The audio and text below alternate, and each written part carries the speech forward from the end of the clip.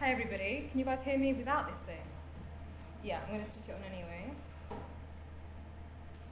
So how many of you guys were at the event on Friday, just so I can gather where to pitch this? Okay, so there's a couple of familiar faces. Well, thank you so much for coming back. Clearly I've not bored you fully, but by the end of today, perhaps I will have. Thank you so much to you guys at the Warwick Law Society and the Pro Bono team specifically for hosting this event today, where I'm going to be talking to you guys about lawyering for change as a concept, but linking that into my journey with Pro Bono and specifically Youth Inspire, which started out as just a project whilst I was a student in second year, and 10 years on, I'm still running it today. So November actually marks 10 years of Youth Inspire. So I'm incredibly honoured and privileged to be back to Warwick where it all started, so thank you for having me. Celine's done a fantastic job at introducing me, so I'm going to ask her to skip over to the next slide. And these are just a couple of points that I hope you guys will take away from today's presentation. And the first one is, why even bother doing pro bono whilst at university? The second is how you guys can use pro bono opportunities as a way of really enhancing your applications for pupillage, training contract, and other work experience placements.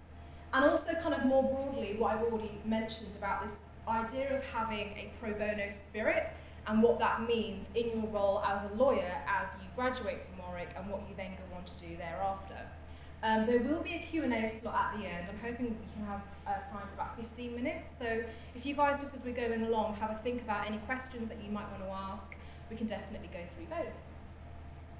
Okay, so I'm going to start off by telling you guys about Youth Inspire. And I know that it still runs as a project today, which is excellent. But for me, it started out of one of the modules the law school offers called Human Rights in Practice. Does anybody here do that module? Is that module still running? Because that makes me really sad if it isn't. Is anybody thinking about doing it maybe? Okay, a couple of hands. So I'm not going to be an ambassador for that module, but it is fantastic. So if you guys are thinking about it, definitely do it. So basically in that module, we had the opportunity of basically creating our own community project from scratch and taking it out into the community. And what really appealed to me about that was it was outside of looking at boring law books, contract tort, trusts, blah, blah, blah, and was able to really kind of translate real legal stuff, but in practice. So what we did was did a public legal education project, went out to 2 schools, and the topic that the law school gave us was on the Bill of Rights and about human rights and stuff like that. So for me, when I went into those schools, I really realised that first of all, I really like working with young people. Second of all, I think it's really important for lawyers to engage with the community at a grassroots level and in education. And thirdly, that there are lots of different types of young people at different types of schools, right? And different kids have different opportunities. And this was something that I began to really think about. And so after my second year, in my third year, I was a pro bono officer for the Law Society. And so I began really thinking about how can I make this thing that I'd done as part of the law school module into my own project, and then came Youth Inspire. We ran it as a pro bono project that was in 2009-2010. It did really well in my last year at Warwick, and we got highly commended at the LawWorks Pro Bono Awards that I think still exist till this day. So you guys should definitely enter yourself because you'll get recognised for stuff. And that was really great. And what was different for me, because I know that you get street law and other types of education projects, but Youth Inspire for me was much more than just going into a school, delivering a presentation, and then never seeing those kids again. It was really about trying to devise projects with young people where you've got a sustainable relationship, that you're going back into those kids, back into those schools to work with the same kids on a regular basis or over a more of a sustained period of time, and actually working on projects with them, and I'll come on to that in due course. And as I've said, it's 10 years this year, so that's really great. And where we are now, and I know that it runs here as a student project, but what I've been doing kind of on a nationwide scale, if you like, is since I left in 2010, is continued with these projects all over the country. And it's kind of evolved organically into a couple of key focus areas. So the overarching aim of the organisation is to first of all nurture a voice of activism in young people and to try and get them to think about social and civic responsibility. And I deliberately target young people from underrepresented groups and socially deprived areas. There are 3 arms, and these arms have kind of developed in line with what I think are the gaps, or some of the gaps, in current provision. And also, they're just areas that I'm really passionate about, and that's something we'll come back to when I encourage you guys to think about how you can get more meaningfully involved in pro bono, and how you can translate some of your passions into projects, and how that will put you in good stead for kind of your future work as a lawyer. So the reason why I focused on social justice, social mobility and skills development is because, first of all, as lawyers, we should all be concerned with justice as a fundamental. That's kind of comes with the territory. Social mobility for me was a massive kind of an area of emphasis because of my own personal journey in trying to access a career at the bar and the obstacles and hurdles that I encountered and that I know many other people do. And wanting to tell and show young people from lots of different backgrounds that this is a career that you can access despite your kind of backgrounds and personal challenges. And the notion of skills development is because, let's face it, you get kids that might go to these really fancy, posh schools and get proper kind of training in terms of the soft skills, and they turn out really polished. And then you get kids like me that go to crappy schools, aren't particularly polished, and need a little bit more of a help to kind of put that finesse on those types of skills to get them to succeed at university, in job interviews and stuff like that. So for me, Youth Inspire is my way of trying to do a tiny bit of redressing the balance between what I think is an unfair system for many young people in this country. And over the years, it's been great in that our work's been recognised in a number of awards, like Women of the Future Awards, Asian Women of Achievement, Asian Legal Awards, lots of Asian, as you can hear, because it's that whole diversity thing, which is another conversation for another day. UK Legal Diversity Awards, and most recently the Chambers UK Awards. So it is something that has really helped me develop as a person, develop as a lawyer, and I have views about these awards and stuff. I don't think they make somebody or are indicative of somebody's merit necessarily, but they do amplify you on paper when it comes to applications and stuff like that. So that's kind of where we are at the minute. And yeah, it helped me get pupillage, which I think is something that is really interesting, because often we can think that in order to get training contracts and pupillages, you need to have, outstanding academics and like every extracurricular tick box filled, mini pupillages, VAC schemes, and all the other kind of things that we assume we need. And don't get me wrong, we do need those things. We do need a strong academic foundation. You do need the basic work experience and stuff like that. But actually, that isn't all you need, and that in and of itself isn't going to be enough to get you guys through your kind of paper sift and then get through to your interviews. Because what happened in my pupillage interview, or my first pupillage interview for this particular Chambers, was horrendous. It was a bail application, and I was pre-law school, I was pre-BPTC, so I'd never done a bloody bail application, and all I'd been told was that for pupillage interviews, for first rounds at least, you just go in, you have a chat, you talk about your CV, hi, how are you, what are you interested in about? I rolled up to this interview, the first round, I was given a stack of papers this big, and given 15 minutes and told to prepare a bail application, and prepare 3 topical questions. So I was hyperventilating, literally, and I was like reading prayers in my head, and I was like, right, I can either walk out because I'm going to be awful and never going to be able to show my face here again, or something miraculous can happen and I can somehow try and get through this ridiculousness. So managed to get through it. I don't know what I did. I blagged, story of my life. And it was a bail application. And I walked out thinking, right, at least I've had something to say. It wasn't as awful as it could have been. And never expected to get a second round interview. But I did. Don't know what it was, but I got a second round interview. And in this interview, it was a plea and mitigation, which was half of it, and then a presentation on a non-legal topic, and that's where I spoke about Youth Inspire. And whilst I was probably all right at the plea and mit part of it and the legal stuff, I think I really came alive where I talked about Youth Inspire, and the reason for that is because it's something I am genuinely passionate about. It means something to me. It's something I've set up, it's something that I've carried on, and I think that the panel could really see that. And I guess my message to you guys from that experience is, find these little pockets of experience in your own journey, whether it's a project, an extracurricular, or something which really brings you alive, and use that as a way of channeling it into your applications and into your interviews. Because I've sat on my pupillage committee in Chambers for the past 5 years, so I interview people for pupillage, I look at applications, and everybody begins looking the same because you're seeing the same solid 2-1, solid uni firsts, 10 mini pupillages, 10 vacation schemes or whatever they are. You see the same stuff. So what really begins to kind of come through is people that are doing things that are slightly different, or I might look at it and think, oh, that's a bit different, or that's a bit quirky, or that's shown a bit of kind of something a bit different. And I've kind of summarised those points here, the importance of being passionate, and it sounds really airy-fairy, but you would be surprised at how many people turn up to interviews and are just fully flat, or they're literally black and white, like they're reading out a book.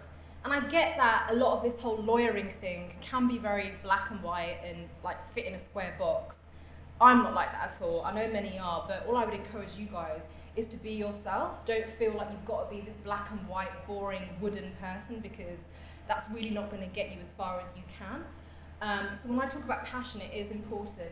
And this idea of, I've written being a visionary, it's really easy to kind of join Law Society, join pro bono, and join the existing projects. And all of that is fantastic, don't get me wrong, and I did all of that too. And I ran pro bono, and I did all of that as well. But if you guys have got your own ideas, or things that you're passionate about, or stuff that you do outside of Warwick, bring it into what you already do. If you've got something that really frustrates you in society, or an idea for a campaign or a project, then do it. And the reason I say that is because it's people like you guys and people like us that are in a position, being at a wicked uni like Warwick, you're obviously really smart, you're studying law or interested in law, and we've all got the ability to give back. And if you can then start doing that stuff now at the stage that you're at, when you get to a pupillage interview or a training contract interview and you're able to say, oh, you know what, I was project leader of this project in my pro bono thing, and these are the 5 things that I did with that, and this demonstrates that you should take me on as a pupil for these reasons. Or, the same applies to any other interview that you might go to. It's really important that you diversify yourself beyond the usual things that you think people are looking for from an interviewing perspective. I've already written not just the usual stuff that you think is going to get you an interview. It's not just about Mini P's work experience and getting a 2-1 or a first. So start thinking now about what makes you a little bit different, a little bit quirky, and that makes you stand out. And I've written at the bottom, meaningful commitment to a project. And the reason why I've written this is because when I was at Warwick, in my experience, and maybe this relates to some of you guys or not, I saw that it was really easy to kind of join up to lots of projects because that sounds cool, I want to get involved in lots of things. But actually you find that if you try and overcommit, you're going to be not really delivering on any of your commitments. So join 1 or 2 that you know that you're going to be able to genuinely contribute towards and make a meaningful impact, because nobody at this end of the interviewing table wants to hear that you were involved with 10 pro bono projects but did naff all for them. It's not impressive. If anything, it makes you look flaky, and that you're just doing it as a CV enhancer. And I know that sometimes people get involved with pro bono just because you want to make your CV look good. Take it from me, those people are really, really transparent, and you will be caught out for it. So get involved with something you genuinely care about and that you genuinely can add value to. And I'm going to break up me talking so much and ask you guys, why did you guys come along today? What is it that you thought you were going to hear about? Was it because you are already involved with pro bono, you are interested in this notion of lawyering for change, you had nowhere better to be, so you wanted to come and listen to me? What was it? This guy at the back is smiling at me, so unless people stand up, I'm going to start picking on people. And he's turning around, but he's wearing a Levi's hoodie. Yeah, you. So why did you come here today? I wanted to find out more about pro bono. Okay. Your experiences. And what stage are you at? First year or second? First year. First year. Okay. Have you joined any pro bono projects yet? Not yet. Okay. Cool. Well, welcome. Nice to meet you. Who else? Oh, I've got 2. Right. We'll go with lady on the left and lady on the right.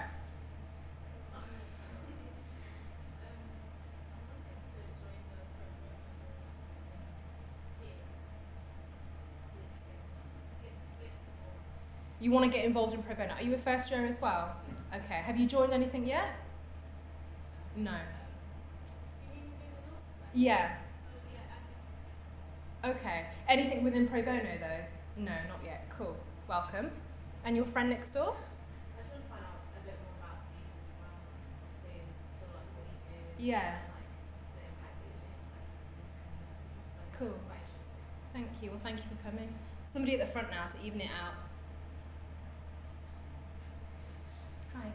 So I'm already a pro bono. I'm a project leader for a pro bono project called Water People, and it's really Okay. to come to hear about more ideas of what we can do good. Yeah. And what made you want to be a project leader for a pro bono project?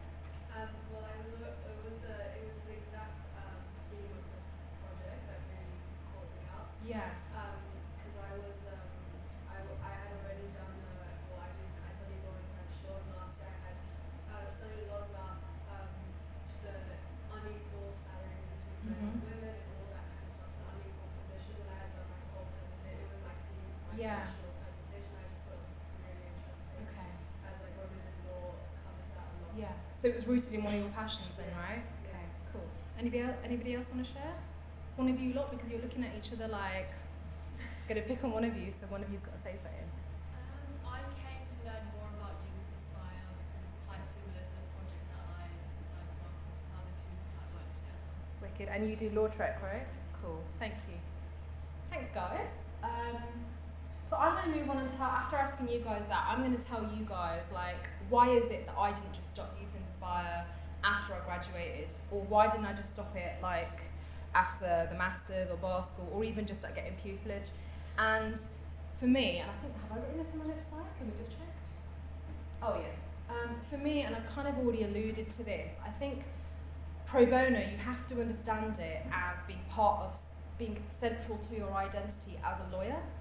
And we've already kind of briefly touched on this notion of justice, and I don't really understand why anybody's a lawyer if they don't care about justice, right? So if that is one of the fundamentals, my real big thing is I don't believe that we can achieve true justice just through the legal system.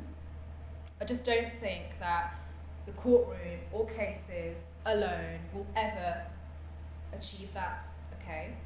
So if that is the case, then what can we as lawyers do to try and work towards more just outcomes? So for example, you guys may or may not be aware of organisations like the National Pro Bono Centre, which is based in London, LawWorks, which obviously does the Pro Bono Awards, loads of other organisations like that, and also law centres. Some of you guys might have heard of the Coventry Refugee Centre, which I know is one of the projects. All of those kind of things exist because there is not sufficient provision for people that need it, right? That is the whole point. And for me, it's about looking at the wider societal context about what our world looks like, what our society looks like, what our communities look like. And if it is the case that not everybody has got access to the justice system or access to lawyers, which obviously is the case because people don't have that access, then clearly there is a problem, right? And that is a gap that needs to be fulfilled. And I think the whole notion of being a lawyer, the reason why pro bono is central to that as an identity is because it's something that never kind of goes away. Like you have it institutionalized in law firms, in chambers, even the really fancy big corporate firms, and in some ways they do huge projects because obviously they've got the capacity to do huge projects. But what you will find is there is always this pattern of having a pro bono culture because there is something intrinsic within being a lawyer that means we have the capacity and responsibility to give back. So for me, it wasn't just a pro bono project, it wasn't just something to make my CV look good and to try and get me into pupillage interviews. It was because I genuinely believed it, and I still genuinely believe it. And it's this notion of giving back and serving others, because as a lawyer, we are in privileged positions. You guys as law students are, and as you graduate and go on to qualify, or whatever professions you go on to, because of your legal training, you're always going to be better placed than so many other people in the community. So if that's the case, for me, I believe there is a duty to serve and a duty to give back, and that is and should be a part of what you regard your role as a lawyer. It isn't just about coming to this great uni, getting a good degree and getting out and getting into like an amazing job and earning lots of money. That really isn't it. That might be a part of it for some of you guys, and if that is, cool, but there's always something more.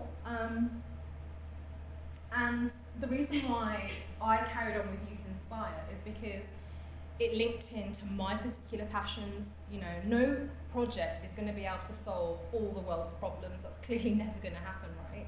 So I've often had conversations with myself. You know what, Z? I'm really passionate about refugee rights, women's rights, counter-terrorism legislation, all these different things. But the reality is, you're never going to be able to do, to your best, lots of different projects in different areas. So what I tried to do was focus on what I believed was really important and what I believed I could add value.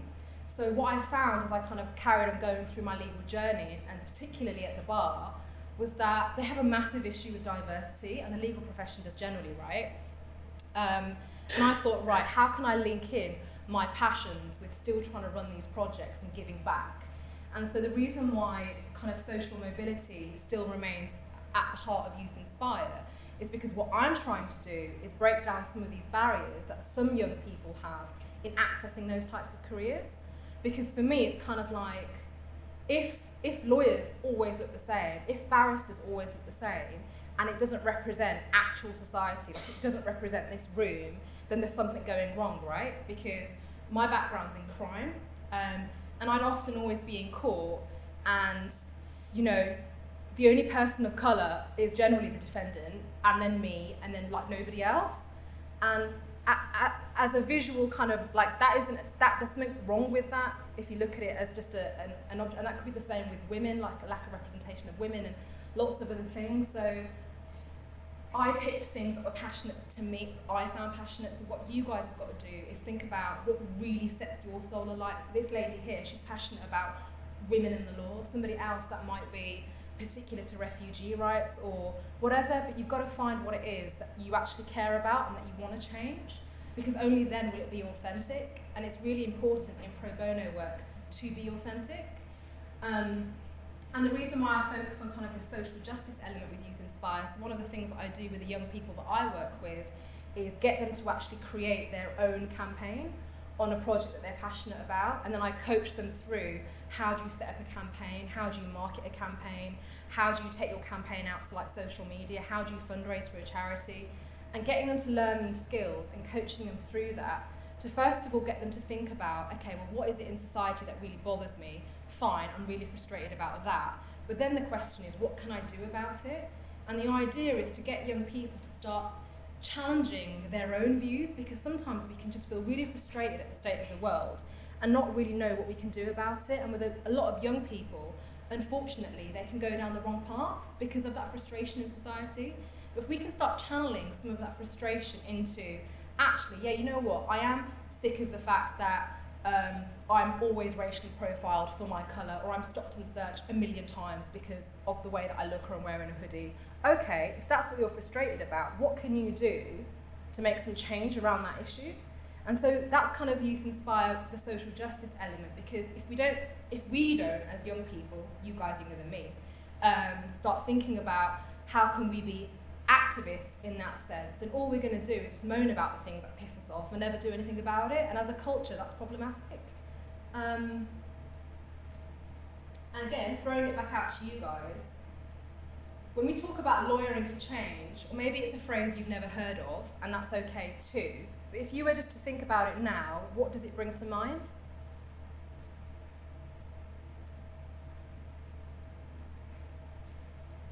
It's more than just like being a lawyer's more than a career. You actually want to see the law impact that's having on lives. Yeah. So I guess like remembering back in the day, like also widening things like justice and stuff. Yeah. Do you know what kind of law you want to practice, if at all? No, not yet. I'm still exploring. Are you first year? Yeah. Okay. Anybody else? Using your skills for the greater good in society rather than, solely your career path. Yeah. And do you know what kind of law you want to go into? Corporate for now, but I'm not sure that's on that. Yeah. Okay. have that issues. Okay. Anybody else? What do you think lawyering for change means or should mean?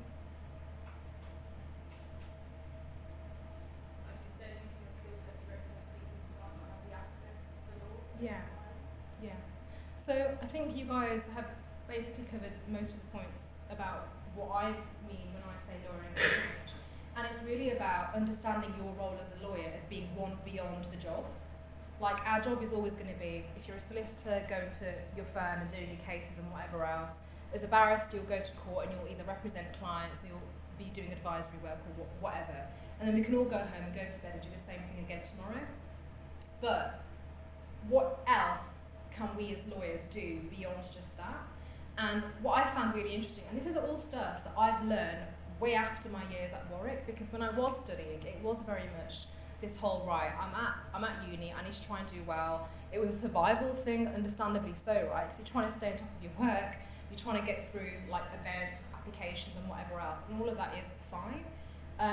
But I only really began to understand this kind of stuff in recent years, and I wish I'd known it earlier, because I think it would have helped me in my approach, even my approach to applications and what chambers I applied to, what firms I may or may not have been interested in, or whether I even wanted to be a lawyer at all.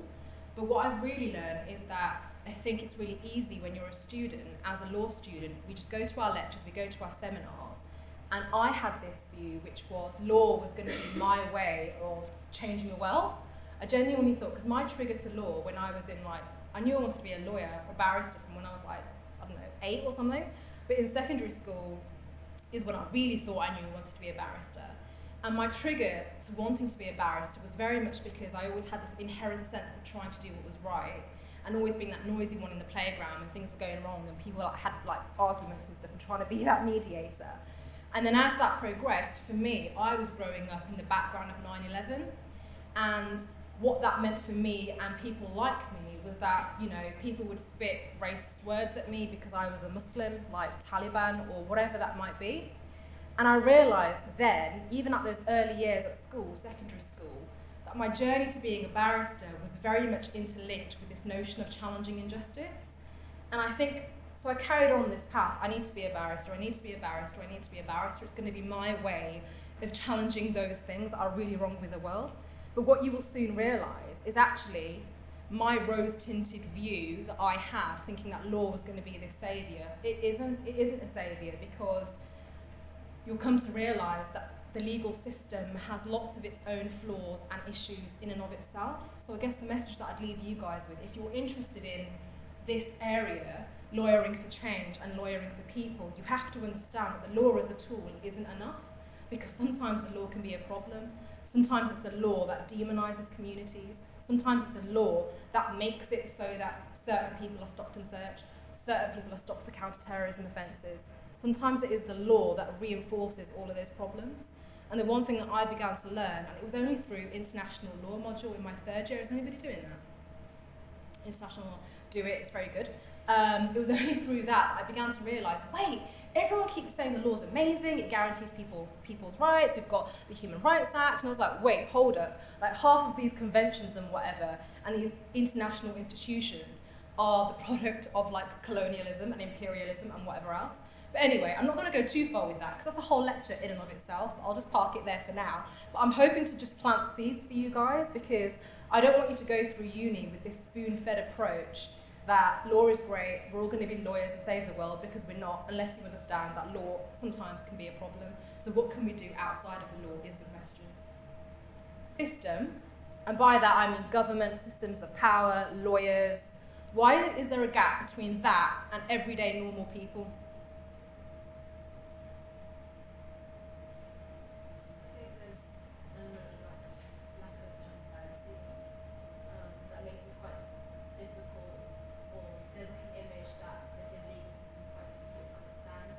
Same with politics, the government. There's sort of an idea that it's hard to understand it, and it's a whole different social class. So it's kind of us versus them kind of acts. Yeah. Okay, wicked. Somebody who had their hand up. The foundations from which the system, to generalise it, has been formed on is very different characteristically from the everyday people. Yeah. kind of touched on already, but you've got the hierarchy, feudalism, generally white, generally male, Yeah. obviously upper class. So that's like integrated into like the evolution of the system because Yeah. it hasn't had a revolution, like couldn't really turn that over. So it's just had this build up of like privilege, Yeah. which pulls it apart from like the innate. Yeah, I don't know if you guys all heard that, but some fantastic comments about like privilege, hierarchy, how that's all been embedded, and here we've got this product, which is the legal system. Do you guys think everyday people have confidence in the justice system? No. Do you guys think most people hate lawyers? Okay, so with me, like my big question as a lawyer is, look, I'm a lawyer, people generally hate us, they don't get what we do, they don't understand their rights, they don't understand how to enforce their rights, yet I'm part of this system where I'm supposedly saying I'm trying to protect these people's rights. It makes no sense to me, right? And it makes no sense because there is a huge gap for all the reasons that you guys have just outlined, that there is this kind of embedded notion of privilege, hierarchy, and this everyday person kind of view that, well, okay, that's too far over there for me to understand or relate to it. Us be them narrative. They think that we are a particular way. They don't really want to protect our rights. In fact, the system is designed to subjugate us, right? These are all the narratives that are coming through. So if that is the case, how do we as lawyers begin to bridge that gap or try and bring those two things closer together? First of all, do you guys think it's important that we do that? Yeah? Or are you guys happy like rolling around this elite bubble where everyone hates us and we just think that we're saving the world and actually we're doing naffle for nobody? Okay, so why do we think, like, well, how do we bridge that gap? Like, what kinds of things as lawyers can we do to begin to bridge that gap? It's taking away the whole kind of smoke and mirror charade. Say that again, sorry. It's trying to take away the whole smoke and mirror charade where kind of normal people aren't allowed to see how the justice system works. Yeah. So kind of widespread education, and I think that's one of the core elements of youth systems. Yeah. Where you go Yeah. to these kind of everyday situations, you're bringing the law to a more accessible platform. Yeah, that's exactly it. Anything else that you guys think we can be doing to begin to bridge the gap? I mean, like, where are all the pro bono people? Like, why are you guys doing your projects? Like, why do they exist? It might be really interesting learning about, like, how, you know, women generally get the brunt of things in the world, anyway. But you know what I mean? Like, there is a reason why these projects exist, and it's generally because there is a massive issue, and that issue needs to be remedied or addressed. And I think if you guys leave with anything today, and hopefully you will, I'd ask you to think about these questions as you go through your legal journey and trying to understand what is your role as a lawyer outside of the mainstream, yeah? What can you guys be doing to bridge that gap between everyday people and the system? And it might sound like a massive macro question, and it is, but if we're not going to be the people to try and answer that, then who is? Do you know what I mean? Like, who when you guys get into your firms, your chambers and whatever, these are the types of projects you guys doing pro bono and staying committed to this stuff beyond uni. That means that you can be a part of this bigger picture and this bigger solution, because otherwise it's just going to go on forever. And I've not got like these idealistic views that it's one day all going to be brought down, as much as I'd love there to be like some kind of a revolution. But the fact is, we can slowly begin to chip away at some of these issues. I think we've addressed that. And that kind of brings me on, I'm conscious of the time, of what I would call, it's an approach that I try and use in my work, and I'd encourage you guys to think about it. And it's a values-based approach, and it's about thinking about, first of all, what are your personal values, like what's important to you, and how do those values inform your identity as a lawyer? So for example, some of my values are things like integrity, compassion, justice for all, those types of things. All of that has to inform your identity as a lawyer, because you're not you and then a lawyer separately. Like, it has to come together, because it will inform how you approach your cases, it will inform how you represent your client, it will inform how you have that one-to-one conference with your client, because it's just how you approach it. And it's this notion of, has anybody here heard of movement lawyering? Or people lawyering? Or public interest lawyering? Okay, for anybody interested in any of the stuff that I'm saying, and I hope it's a handful of you at least, go away and look at those, because what they are actual models of lawyering. They're quite big in the States, and it's basically where you work with directly impacted communities or social groups or social movements, and you ally yourself with that movement, and you're there to help amplify that particular voice or cause through the system. And that's why I've written here this notion of centering the voices of those directly impacted, because as lawyers it's really easy to think that you're the main person running that case or whatever because it's your case. But actually you need to always step back and ask yourself, what does this client or what does this person need me to do for them? It's not that they don't have a voice. Sometimes you hear this stuff in like human rightsy language and the human rights world about like being voiceless. People aren't voiceless, they've just been deliberately silenced. Do you get what I mean? So we're not this like saviour going in and giving these people voices. We're helping them through our roles as lawyers to amplify their voices in systems which often are deliberately silenced. And it's really important just to understand that dynamic and that nuance. It's very discreet, but it's there. If you guys are interested in this area, I'd advise you, like with the people doing pro bono, that's great. Carry on building relationships with community organisations, youth groups, social causes and campaigns that you're passionate about, and go turn up to their events, their meetings, their community group stuff, and ask them, what do you need from a lawyer? How can I help your cause? How can I help your organisation? What skills can I add for you? Because, as lawyers, you guys don't realise that you're not just made to read these big fat cases and pull out what are they even called? Citations and whatever these days. You guys are in a position to train people on communication skills, public skills, how to give a presentation, how to organise a set of files, how to, arguably for those of you in leadership positions, how can you be a leader? You've got to think about all the things that you guys are in a position to do by virtue of your legal training, even though it's not strictly law. But what you're doing is using your skills as a lawyer to go and build capacity in organisations that need help to grow. And just last point, solidarity. Sorry, I talk a lot and I'm going to shut up soon. Lawyers are not saviours, I've already said that. We're not saving nobody. And solidarity sometimes, and this is something I feel a lot, that sometimes you kind of feel helpless around a cause that you might be passionate about, like you're not really sure what you can do, what you should do. But sometimes just showing up is enough, and just being there and being present. So don't ever kind of minimise the power that can sometimes have as well. Okay, so these are my kind of summary of top tips in relation to pro bono. First of all, do pro bono. For anybody in here that's not signed up yet, I would definitely say, definitely do something, because it can transform your skills, your identity as a lawyer, and just generally you're going to love it, and it's important for your development as a lawyer, full stop. Secondly, skills development.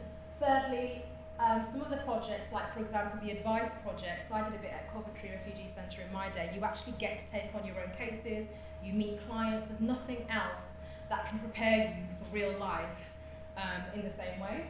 I've already said, don't treat it as a CV enhancer or a tick box exercise. We do see through you people, so if you're going to do it with meaning. Don't be that person that chooses 10 projects and doesn't really commit to any, so don't spread yourself too thinly.